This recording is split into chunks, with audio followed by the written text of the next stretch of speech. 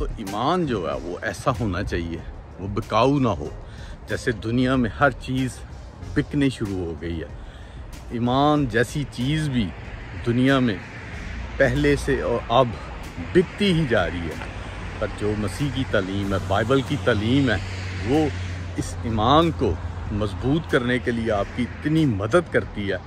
अगर आप मसीह को कबूल करते हैं, ईमानदारी से चलते हैं, तो दोस्तों आपका ईमान इतना मजबूत होता है, उससे मजबूत कोई चीज़ नहीं है।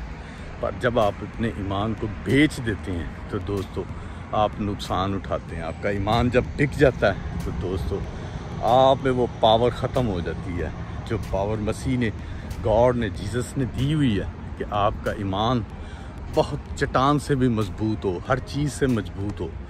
और वो इस तरह हो सकता है कि आपने जब मसीह को कबूल किया, जीसस को कबूल किया, उसके साथ चलते हैं, उसके हुक्मों को मानते हैं, ईमानदारी से चलते हैं, पकीज़गी से चलते हैं, हर बुरी चीज़ से, हर बुरे काम से दूर रहते हैं, तो दोस्तों आपका ईमान बहुत मजबूत होता है। जिसका ईमान मजबूत है दोस्तों, वो सब कुछ पाएगा।